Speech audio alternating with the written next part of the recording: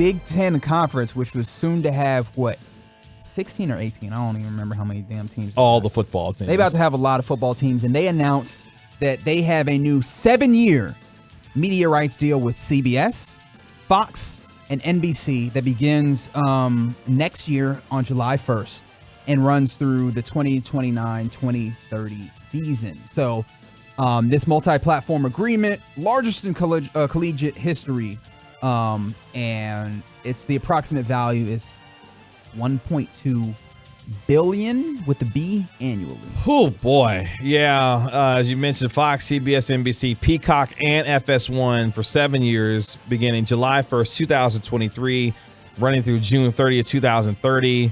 And sources telling Brett McMurphy of the Action Network worth between $7 and $8 billion. The contract also includes an escalator clause, meaning the deal could approach nearly $10 billion if the Big Ten's membership increases, network sources tell Brett McMurphy. Even after adding USC and UCLA, the Big Ten is, quote, not done expanding, sources tell. That's the interesting thing is that Brett McMurphy. with that clause, they have made it so that if they add more, that value can go up, and in a funny way, right? Because we made a lot about how they did this deal with multiple networks and ESPN decided to back out. If ESPN wanted to get in, that clause could allow them to get in there if they wanted to get in and broadcast. Because like the late night games that, we kind of associated with Pac-12 After Dark, that game is still available. Like the Big Ten now has that profile out in the West Coast.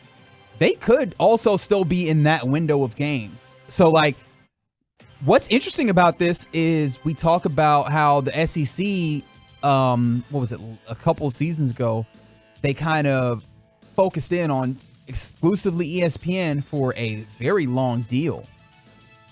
This is NFL-esque. Like the Big Ten, as much as I've said, and I know that I'm not the only one, a lot of smart people about college football have said, college football is moving towards a pro-like system to where you have one or two leagues that have all of the talent and have all of the power, and those are the leagues that matter in the nation. They're already starting to move like the NFL. This is a deal that resembles the NFL, where you have multiple networks all combined in to put on your programs. Like that's what the Big Ten is settling in on.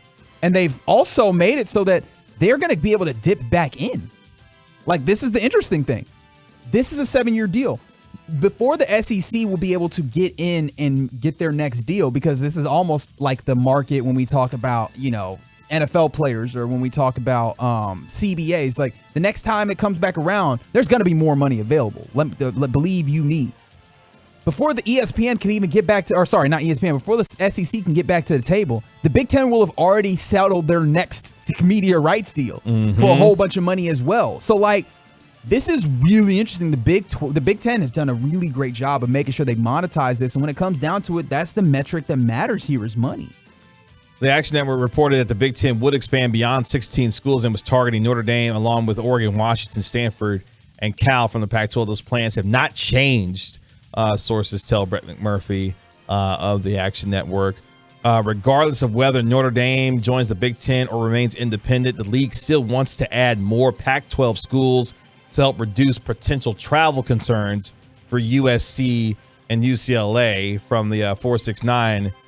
This is great news for Notre Dame. We can easily negotiate a huge contract with them to stay independent, which, I mean... A huge contract with who is who I'm asking. I guess they would have their pick, right? Once their deal ends with NBC, they can shop themselves and say either we can join the Big Ten and be a part of the $1 billion a year, revenue sharing that we're going to be getting by joining the Big Ten, or we could stay independent and someone gonna pay for this, college football. Well, us. Maybe, because this is the thing. This is the thing about Notre Dame. I really strongly believe, and maybe I'm not like absolutely certain on this, but I really do strongly believe that part of the reason why they've been able to do this is obviously it's a big, they've got a big fan base that's wide and expansive throughout the entirety of the nation. But like, NBC needed college football content. They didn't have very much. Like, they have Mountain West, I think, and they have the service academies, or at least one or two of the service academies, and then they have Notre Dame football. And they didn't have that opportunity to get into other big college football. Now that NBC's in big college football, CBS is in big college football still. ESPN's got their cavalcade of.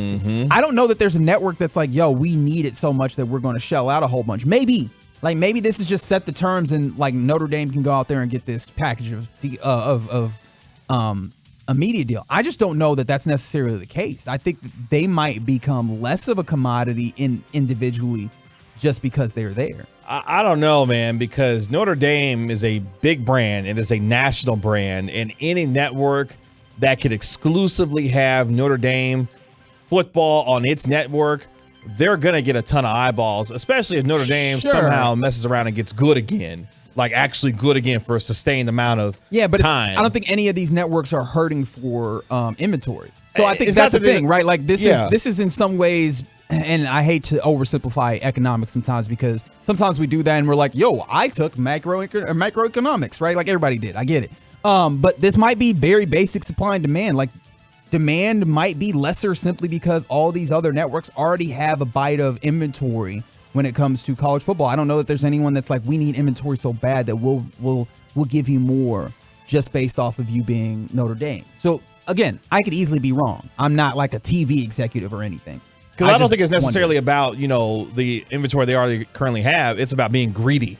And if you got the chance to add Notre Dame to your portfolio, I'm sure one of these networks would be ready to make the leap to pay for that exclusive. Yeah, but is it as much as the deal that you can get in like the Big Ten, say within the collective? Like there's a reason why these things happen in collectives, is because you can garner more money. And I think some of this, as much as Notre Dame likes being independent, they'll be independent as long as they can be somewhat close when it comes to earnings. If the earnings gap goes even further away, where the Big Ten and eventually the SEC are making so much more than Notre Dame can make independently, it might behoove them ultimately to join a conference.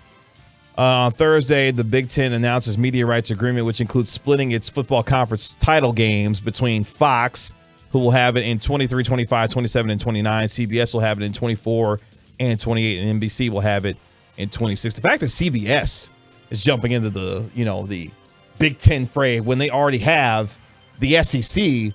Well, no, CBS is losing the SEC. Oh, that's right. They're losing the SEC. That's right. That's in the ESPN deal. So they were able to get some. Yeah, this is them replacing that 2:30 or 3:30 window on CBS. Now they're going to have those games. And yes, I would have to go back and dig back into like the structure of this, of like who gets the great games. I think Fox still gets the primo games. They get that noon game. And I know that someone from the 469 was talking about how NBC isn't going to get the prime games. Those aren't staying at ESPN. I think those are at Fox.